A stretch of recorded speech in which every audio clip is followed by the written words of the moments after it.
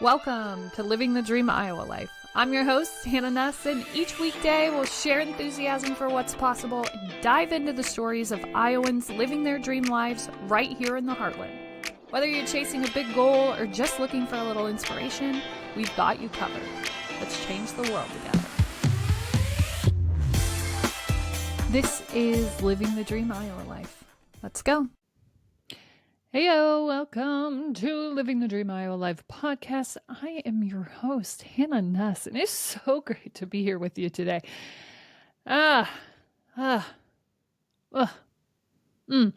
Today was one of those yummy,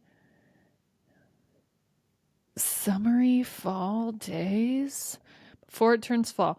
And if you don't have 4 seasons where you live, it's like all of a sudden, before the season, you can feel days getting a little bit shorter. You can feel some of that temperature drop, that coldness kind of start to creep in. And I love summer. I think it is my favorite. I think it's my favorite because mostly hand and foot temperature. Very easy to have proper hand and foot temperature in this season. Very. But I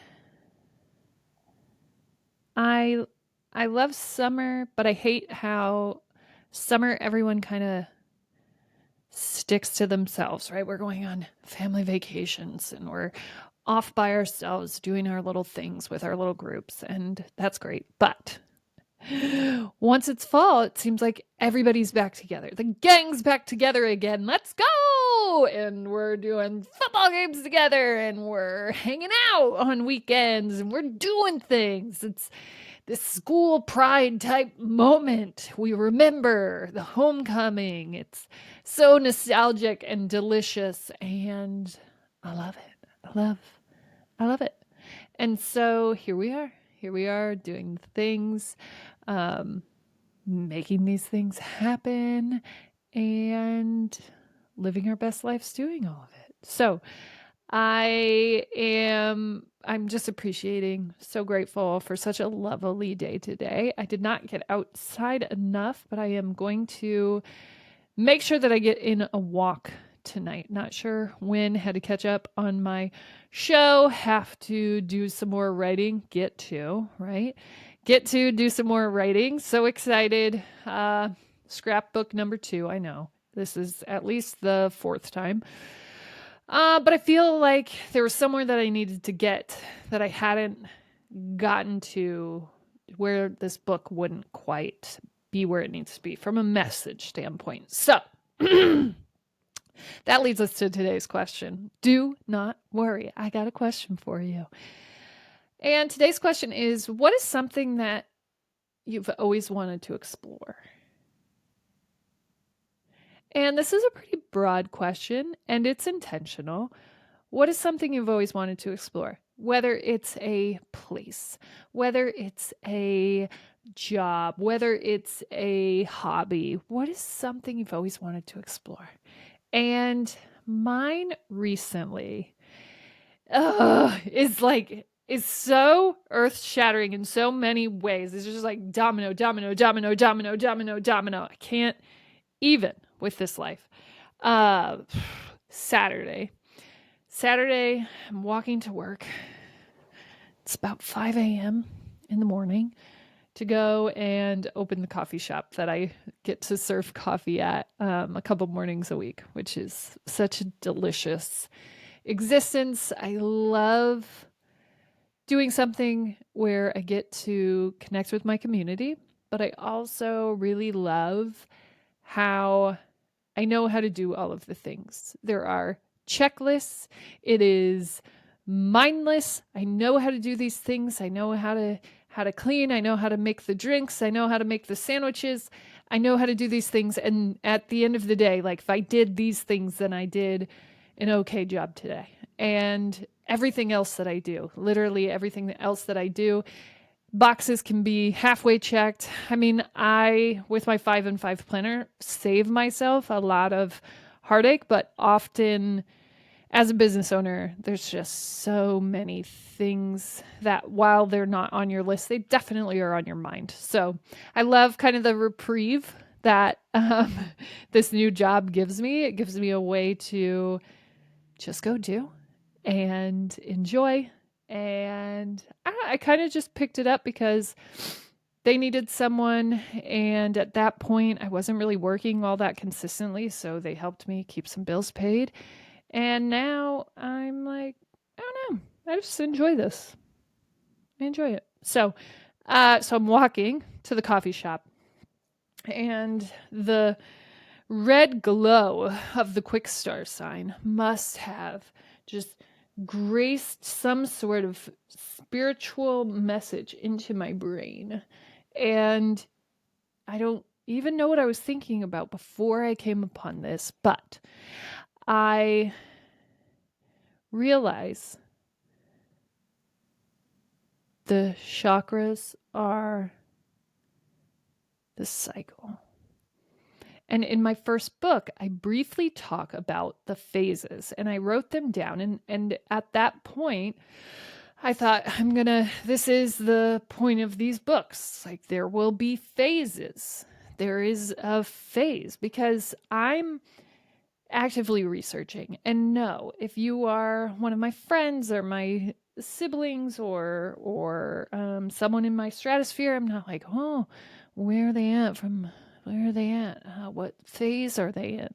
But if I spend enough time with you, I can kind of pick up on what phase you're in if you're going after something, and I can see kind of, oh, I just had a mind blowing thought. I can kind of see where you're at. And so I have been tracking some people who have been in a similar situation to mine or started going after dreams close to mine and just watching how they've moved through that. Not that I'm taking notes on everyone that I see or everyone that I come across. But if you stay in my stratosphere, I'm probably just paying attention to how you're moving through these phases. And I've always said phases, and I have them written down.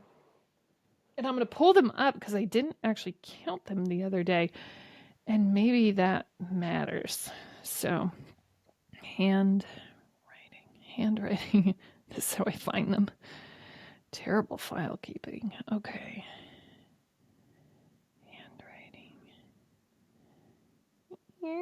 They're old. It's old. So I'm going through this. I realize this is a phase. There is definitely a repeat. There's some sort of cycle that's happening in here. I write about it in my first book, this understanding of these phases. And in my thought of how this was all going to work out, I'm going to write on the phases. And then, okay, so I have 10 here. I have 10 phases. Okay, but I wrote the phases down as this. This is what I believe happens, okay? You have this realization. You haven't met your dream. You haven't gotten where you wanted to go. The job's not working out right. You're not where you wanted to be. And then you move into just a lot of anger, spite. It's a battle. You're battling yourself. You're battling everyone around you. Then you move into kind of this ego check moment where you're having some deep accountability and saying, the old saying, like, if it's always you, then maybe it's you, right? Like, if there are always fires around you, there's a chance you're causing them. Okay. And then if you move into that phase, and this is why I was always stuck, because everyone was kind of moving through them differently. And I would say their words are different than my words. And the terminology was so loose and it wasn't really based in anything. So I'm really struggling with this. So then you're going to move into action, which gives you confidence and power, and it's exciting. And Um, you're going to limbo back and forth. You're going to be kind of recycling, going back up. And if it's me, I'm going to be sabotaging myself actively in that limbo phase. And then I might make the drastic move, go after the dream, decide that I'm going to leave the job, decide that I'm going to whatever, apply for the other job. Then there's this kind of withdrawal, silence, settling in. You're settling with the choice that you've made. And then there's this deep alignment. And finally, this like knowing action. So I wrote these phases down. I wrote them on Wednesday, August 25th of 2021. I'm thinking about these phases the whole time I go into writing my book in 2022. And I bring a little piece of it in it. But because I'm new to this writing thing, I realize that there has to be a draw to buy the next book and the next book after that and the next book after that. So maybe the draw is you're going to get these little nuggets just kind of planted in here. This idea of these phases. And so as I'm walking and wishing, and at one point, and I believe it was in 2021, I talked about going back to school to study psychology. And I had talked to a lot of professors, talked about what I was doing, what I wanted to study. And finally, I had talked to the last woman that I talked to. All the professors were like, yeah, that would be great. Blah, blah, blah, blah. No one's studying. I haven't heard of someone studying that. I don't know. Oh, I found this paper. Yeah, maybe. Okay. So all encouraging. Yes, go into academia, please. Please, please, please, please do. And I'm kind of convinced that I'm going to. And then I talked to who seemed like assistant professor, and she had me explain what I was doing and what I was thinking. And she said, listen, you're already so many years into this, you're doing your own research. If you come here, you're going to be sitting behind books, learning and studying. And then even after you graduate, you're still going to have to be under someone else's research, researching it for them, doing all of the work while they publish the papers. And then after you've done that enough times, you might be able to work on your own stuff. But I mean, you'll have your thesis and then you're going to get buried. So my suggestion is you take a journalistic approach to this and figure it out yourself. You're already halfway done with the work from what you're telling me. I'm like, dang it. You're so right. Okay. I could go to school. Totally. I could do it. I could manage that. I am smart enough. And no, I don't want to do someone else's work. And she was absolutely right. And she led me down the perfect path. So I decided, fine, I will not go into academia, though I could go and certainly have earned my doctorate and became a professor of psychology. I don't know. That might have been a strategy. Doctor of psychology, Hanna.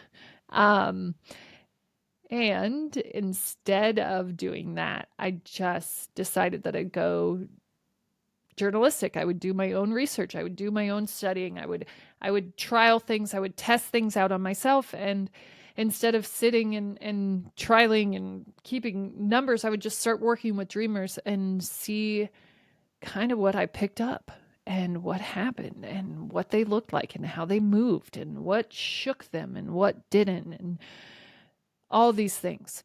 So I've been studying for a while, quite a while. And as I'm walking to Quickstar, it hits me so hard in the most loving, beautiful way. And I think all because I've been journaling and breathing and meditating and getting back into yoga and moving my body and putting the right things in my body and just fully, wholly loving myself. I love you so much. I cannot even imagine not taking care of you. You are such a morsel of goodness. Yum, yum, yum. Here you go, friend. What do you need? What food fuel can I put into your lovely body? I want to take the best care of you. So, I'm loving myself. I'm having all of these ideas, and they all come from really this very disciplined approach to my day and making things fit into very specific times. And this opens up this beautiful, delicious source of flow. It's just this creative energy that comes flowing into me, and it's so magical. Sorry. Okay. And so it's all related to that. It's all about getting back into my truth of being outside, getting sunlight to my body, making sure that I am moving my body, I am fueling my body appropriately. It's all the things. So the red light shines on my face, and I realize the faces are the chakras. And here's the thing about chakras. And this is kind of what I want to dispel, or maybe a part of how I want to bridge some gaps between this work. Because when I went to self-help conferences, because I did, because honestly, I just really like them. I love my reading category, for my whole life, has been either biographies, biography, memoirs, psychology, or self-discovery. That's it. And people are, oh, I love reading. What are you reading? And I'm like, not what you're reading, I promise. Oh, what do you like to read? Not what you like to read. I know that for a fact. Like, you do not want my reading rainbow over at your house. It would not do most people any good. But if you like deep psychology with a ton of terminology, I got you. And if you love self-discovery, every single kind, every single way, I got you. And if you love biographies, memoirs, entrepreneurial biography, memoirs, entrepreneurial self-help, I got you. I got a whole library. And someday I will. Oh, yes, it will be a bell type of library where you got the ladder. You can go over to all the shelves of books, and all those books will be mine. And I am a hoarder of books, but I also tend to give them away, and I have to buy the same book over and over and over again, because I actually stamp my books that say, because my sister-in-law is so very awesome, and she got me this from the Library of Hanna stamp. So I have a stamp, I have a like embosser with that on it, and I never get the books back. I don't ever get them back. And so I will still have that library, but usually I buy the book again to replace it in my library, because people are always asking me questions. How did you get here? And the prescription, my friend, is not generally, even yoga or breathing or whatever. It's a book. I can get you there. This book will get you there. I will tell you that right now. So my library is my prescription, and I am a druggist of sorts, but a druggist of books. Okay. So I want to bridge that gap and not make, if it is a phase, if it is a cycle, and it is, according to what I've read so far, and I have a stack of books waiting for me from a friend, and all about chakras. But if it is a phase or a cycle, then this makes more sense than anything at all. And what's amazing is at some point when I was writing my books, I have this vision of these rainbow colored books, and like I knew exactly what color each one would be. And once I have this realization as I'm walking to the coffee shop, I'm like, how do you even know these things? Because I never put that together. And now that I'm having more conversations about religion and chakras and all these things, I'm like, that always made sense. That always made sense. But for whatever reason, you can't get there until you get there. And there's a perfect time for everything. So my mind is just blown, and I am really excited for this new phase. But this is one of those things that I wanted to explore further. But there's this, and I would say this back in the day, back in old podcast land, like, this is so woo woo. I don't think that the rest of the world is going to make this connection. And the problem is, once you've entered these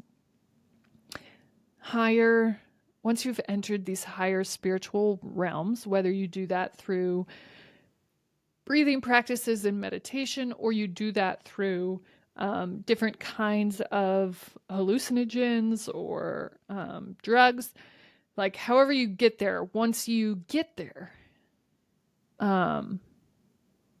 everything makes sense. Everything makes sense, and at the same time. And I remember at one point, like, so deeply meditating that Bible, okay, and probably not the proper term to use there, Hannah, read the room. So I'm meditating, and I open up essentially this portal, and this deep wash of, holy crap, what did I just do? Washes over me. And I know that I can walk through this. I know that I can go, but something is kind of pulling me back, and that something is this voice that comes over me, and it's like, nothing will be the same. Nothing will be the same. And so I'm like, wake up, get out of the portal. What are you doing? We can't go there. We've lost everyone we've known, and all we said was we wanted to write books. You're going to walk through a portal and think that you're going to have any friends, any humans, any people that you'll ever relate to ever again? Run. Wake the fuck up, Hannah. Let's get out of here. We can't do this right now, okay? Cool that you got here. Please run. Please don't. Close the portal. Shut it down. Shut it down. How do you shut this thing down? Get it out of here. So I shut it down, and honestly, I was so scared. I don't know that scared, but I definitely was in this realization that I got somewhere that most people don't get. And if I take this next step, everyone that I knew was so far from that point, and I had already lost so much. I was so scared to continue going.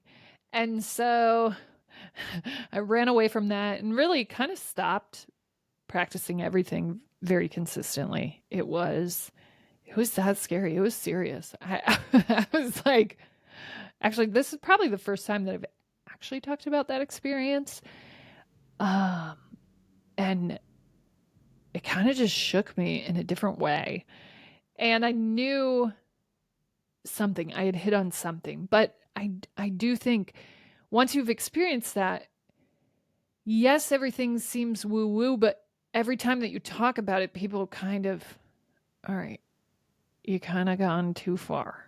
I don't know what you're talking about. And yeah, I mean, listen, if you've experienced this like depth of human understanding, if you essentially understand the meaning of being here.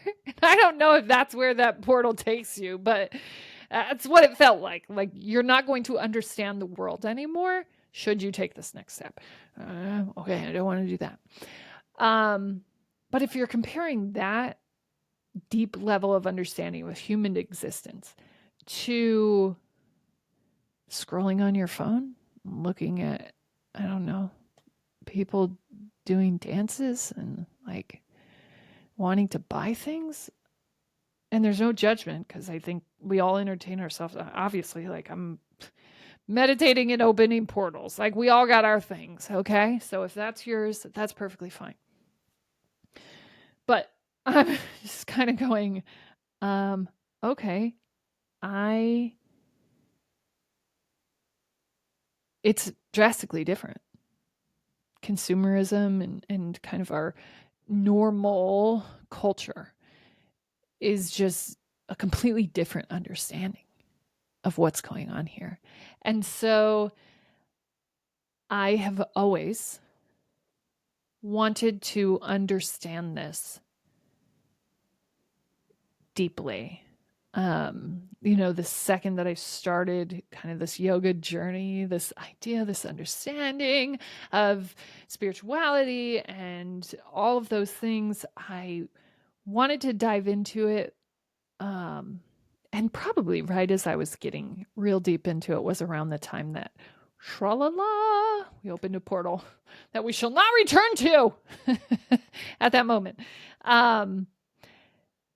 And so I kind of ran from that, but I always knew that I wanted to make my way back there, and I never understood what was the connection. But when I got the understanding that my books would be the colors of the chakras, I started to understand like what I was opening up. And when I had my yellow moment, like when I reclaimed my power, when I chose the yellow pen, this is the moment. At that point, I wasn't really connected to my body enough to have had a chakra opening experience. But from that point on, I was always choosing yellow, period. Okay. Everything that you see that is yellow on me, around me, was probably purchased in that moment of life. Because someone was like, oh my gosh, everything you have is yellow. It's so cool. I'm like, well, yep, just chose my power, yo. Like, it's not like I was like, ooh, yellow yoga mat. I'm going to get a yellow computer.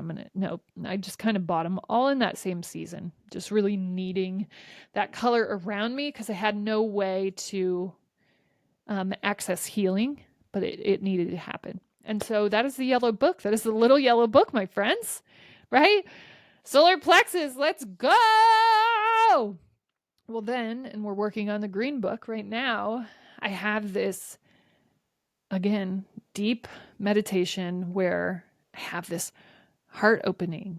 And I don't even know how I got there. I remember it happening, and I'm like, what is this feeling?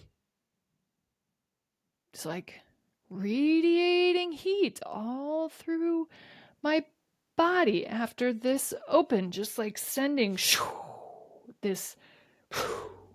That's the only way I can explain it. It was just heat, but like a comforting heat. It was a beautiful moment. And then throat chakra on our way to Hawaii, just like a blue wavy comfort coming across my body. This understanding that like it's all good. Definitely not explaining that one right, but you get the point. I had an understanding of this even when I didn't have an understanding of what was going on. I mean, even the heart chakra awakening, I remember waking up and like charcoal painting it really quick so that I could get it down, and not that like, hey, people want to buy my heart chakra painting, my heart chakra charcoal. It's just like, I got to get this out of my head because I don't feel comfortable with the woo woo of all of this to bring it to my podcast. And so I think from here, where do we go?